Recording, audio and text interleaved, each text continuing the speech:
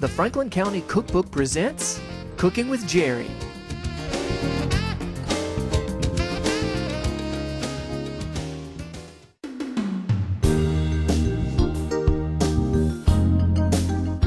Hi, I'm Jerry Thompson and welcome to my show Cooking with Jerry.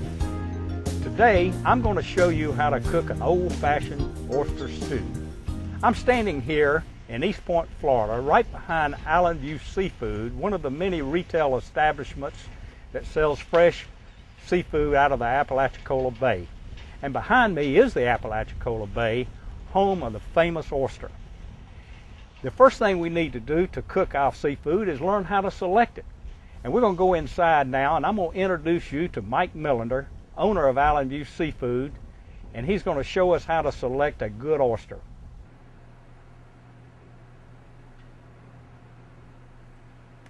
We're inside Island View Seafood right now, and I want to introduce you to Mike Millender, owner of Island View Seafood, who's going to help us pick out some delicious oysters so I can take it back home and cook your oyster stew. Mike, what do we have here? We got some Apalachicola oysters here, caught down in the miles down there, and they are pretty oysters right there. Nice oyster catches down there. Tell me, you say the miles. Where exactly is the miles? That's on the other side of Appalachia, on the far end. And so these are the famous Apalachicola oysters that everybody's talking about. Correct. Now, Mike, we've heard of blown oysters and unblown oysters. What does that mean when we... well, unblowed means they just naturally just shucked out of the oyster shell and put in the containers and sold it that way. Now, blown is, it don't taste as good. They're kind of watered down and blowed with air pressure, and a lot of shells come out of it, but you lose all your natural flavor.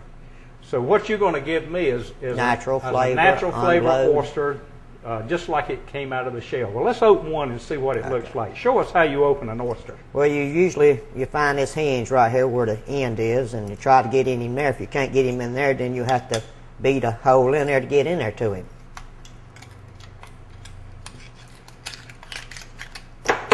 Ooh, look at that. Now, Mike, let me rinse it off just a tiny bit. It's going to lose a little flavor, but your oysters, putting back into a container, they'll produce their own flavor, still come out of there. That's a pretty oyster right there. It's got a big eye on him, so when he boils up for your oyster stew, he's not going to shrink too much, but he'll shrink some. well, Mike, I gotta find out what it tastes like. I've got to just try one of these Apalachicola oysters. So how about putting that thing on here and let me try that. Take your cracker and put it right up under there.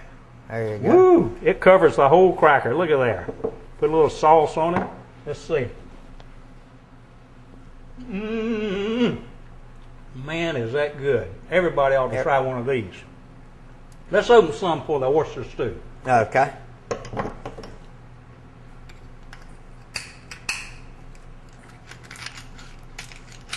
These oyster knives right here are good. They won't let you slip and get your hand cut right there.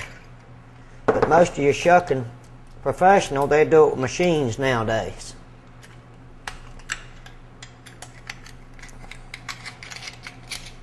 Well, I can tell you know exactly what you're doing, Mike. Would you like to have a dime for every oyster you've ever shucked?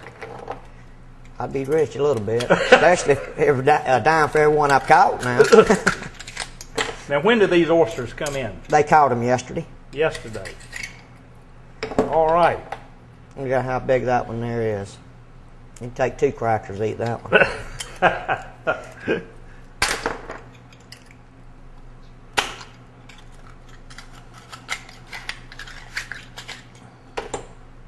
Oh, man, what an oyster. Look at that oyster. Isn't that gorgeous?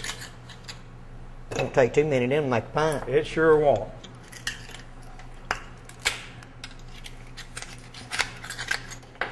Well, Mike, I appreciate you helping us on opening these oysters and picking out these fine oysters. We're going to take them home now, and we're going to go to my kitchen, and I'm going to show you how to cook good old-fashioned oyster stew.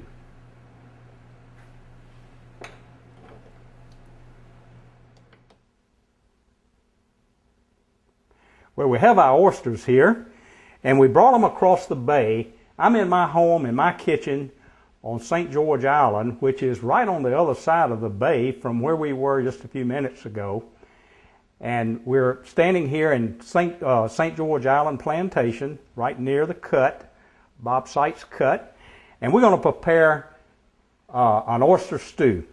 Now there are several variations on oyster stew, but there are three basic ingredients, and that's milk, butter, and oysters, or cream. And that's how we're going to get started. Now this is the way I like to do it, so you can try different ways. First of all, I took a half a stick of butter and I melted it in a pan. At the same time, I heated 1 quart of half and half. Now some people use cream or milk. I like to use a good balance in half and half. And I heat it not to boiling point, but just to scald it. That's heated. I've also have another pint of Apalachicola oysters that are being drained, and I'm going to use those in just a few minutes. Now I'll start out by a half a stick of butter melted, and I have some chopped celery here, about a half a stalk of chopped celery. I put that in, and we're going to saute the celery and also saute some onions.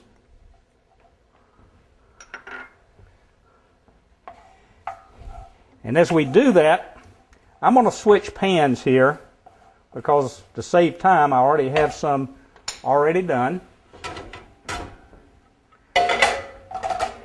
Just switch pans. And now I'm going to take my drained oysters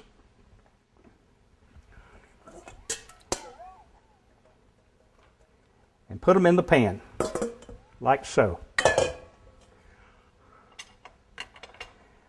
I'm going to stir them around. Now I love Apalachicola oysters, and you can eat them just year-round here. They're just absolutely fabulous. And I like to eat them raw also. Now, eating them raw is one of my favorite ways to do it. Let me try one of these just to make sure, just to make absolutely sure we've got the right oyster here. Put a little cocktail sauce on there.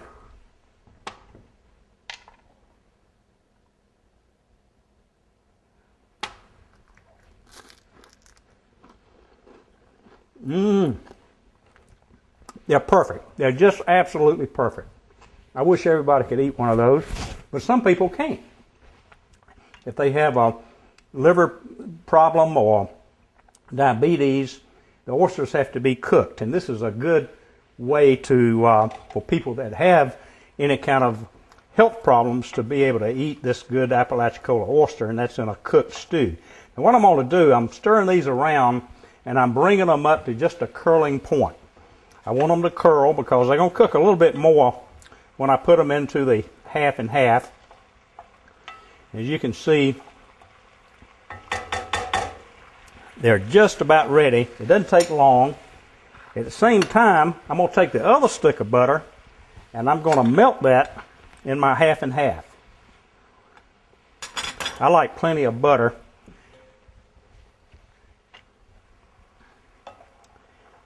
Stir that around in just a few minutes and that'll be ready to go. Ready to go. My half and half is cooking. It's not, again, don't boil it. Just bring it to a scalding point. And now I think these oysters are ready to go in the pan. So I slide them out and I just ladle them into my milk, half and half, and butter.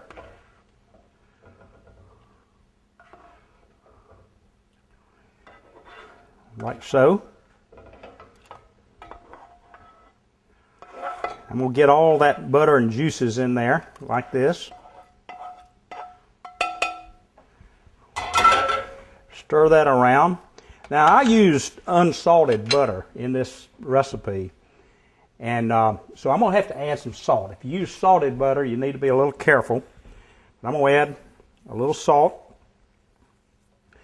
And another ingredient is white pepper. Just a little bit of white pepper.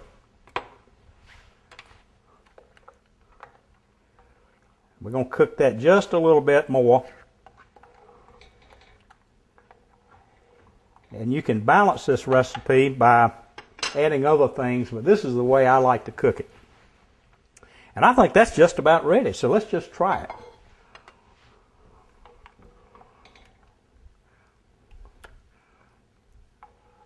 We ladle it in a bowl.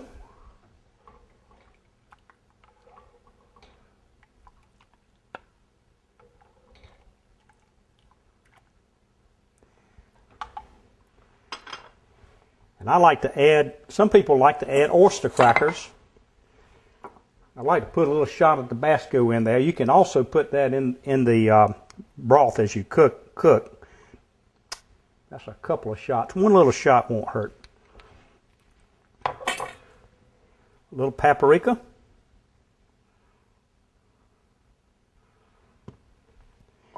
Let's add a little bit of parsley to that.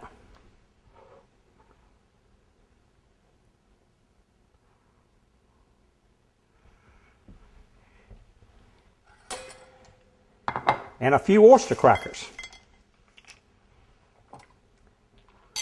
And now we have oyster stew. Old-fashioned oyster stew. Just a simple dish, but a delicious dish. Let's try it and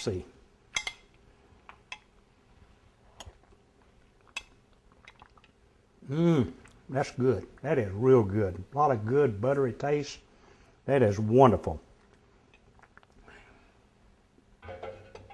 If you would like to share your recipe with me, go to my website at www.stgeorgeislandrealestate.com, where you can share your best recipe and I can share mine. Thank you so much. I'm Jerry Thompson, and I appreciate you coming to my show, Cooking with Jerry.